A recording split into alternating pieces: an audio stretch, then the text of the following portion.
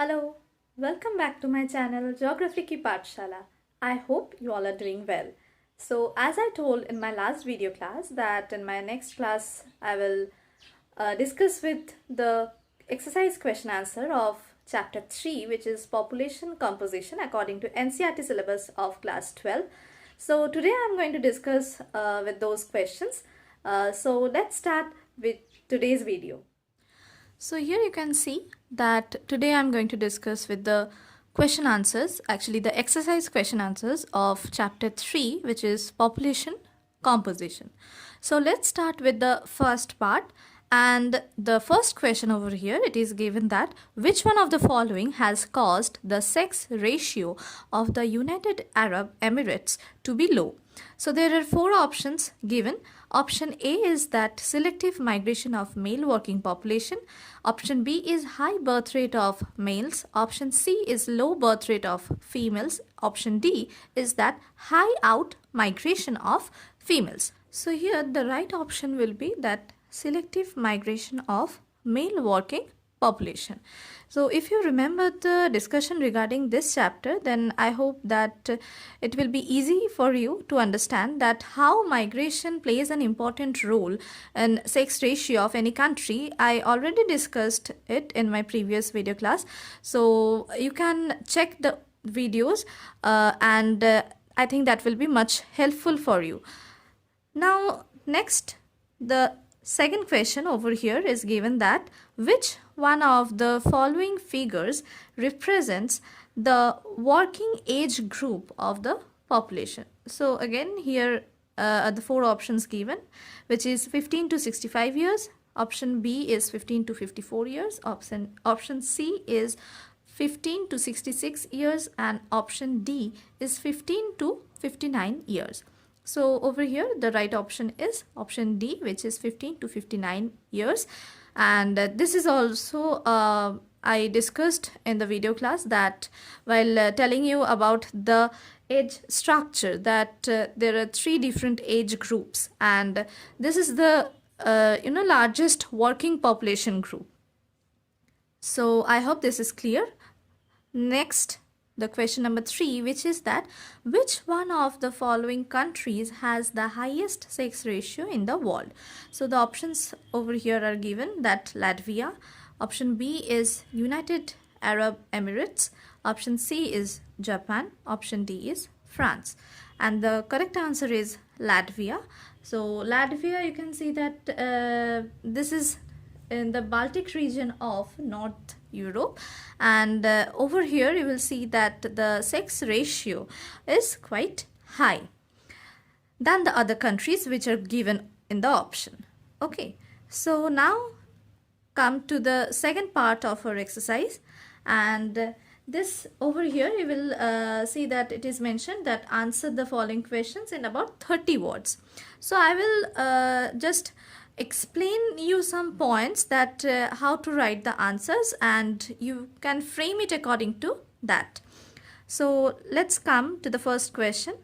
Question number 1 is that what do you understand by population composition?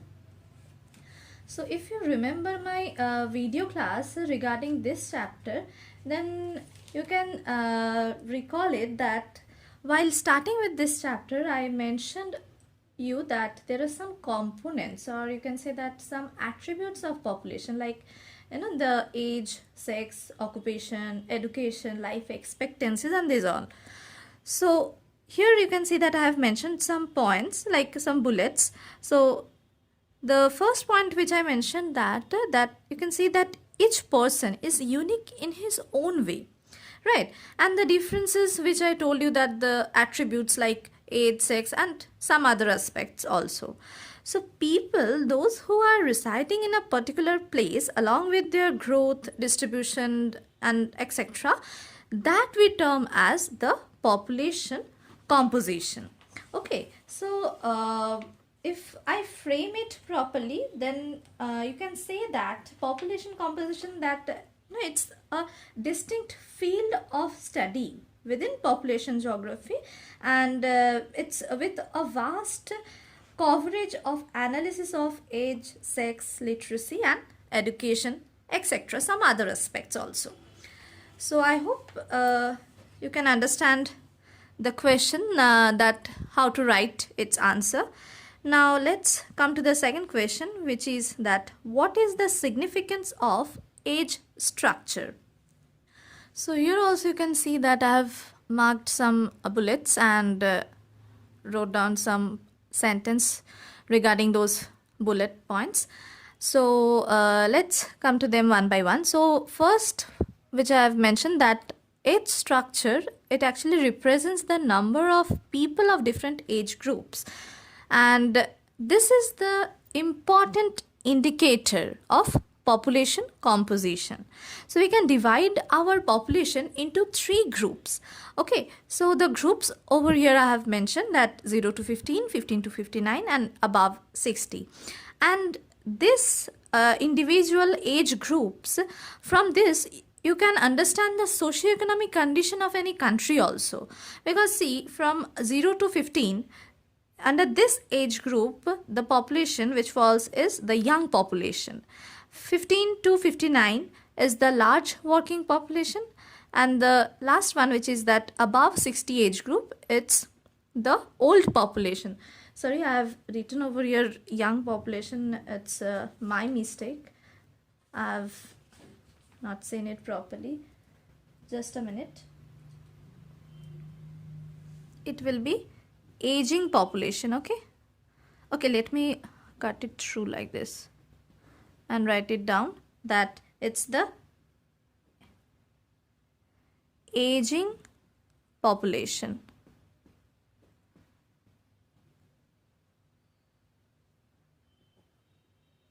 I'm extremely sorry for my mistake. So yeah, let's start. That, as I told, that 0 to 15 is the young population, and the next one is 15 to 59 is the large working population, and the last one, which is above 60, it's the aging population. So while you are thinking about the age group of 0 to 15, which is young population, right? That means you can say that this is the population which is, you have to concentrate over the education sector for this young population.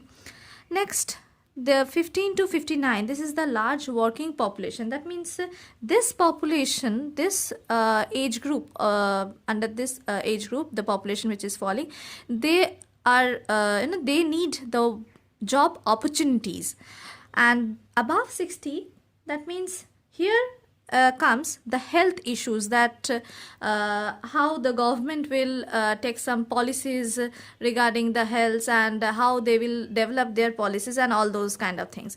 So by this age structure, it also helps the government to understand that for which kind of age group, or what is the population under that age group, that will influence different sectors. Like for 0 to 15, this population, it will much depend on the educational sector.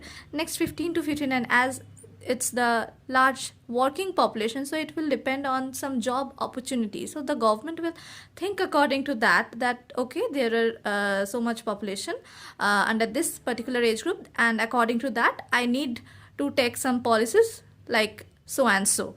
Okay, so this is the importance of the age structure. And the last one is that how is sex ratio measured?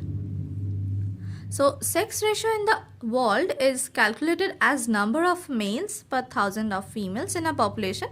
As you can see over here, that sex ratio, number of males divided by number of females into 1000. But countries like India, sex ratio is calculated in a different manner, which you can understand from here only, that number of females divided by number of males into 1000. Just the opposite of the previous one. Like you can see it, that here the number of males, it is divided by number of females, but here you can see that number of females are divided by number of males, and then it's multiplied with 1000.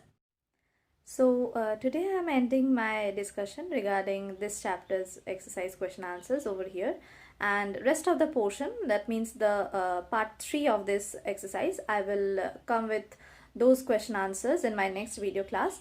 And till then, try to solve the question answers and try to frame the answers properly, and which I have discussed today. I hope that all the points are very clear to you and it's easy for all of you. If you have any kind of doubt or any query regarding today's video class, then please comment me, and I will try my best to solve your all the queries and doubts. And yeah, till then, stay safe and be happy. And last but not the least, thank you to all of you for supporting me, because you know that your support is my biggest motivation. So please keep supporting. Thank you.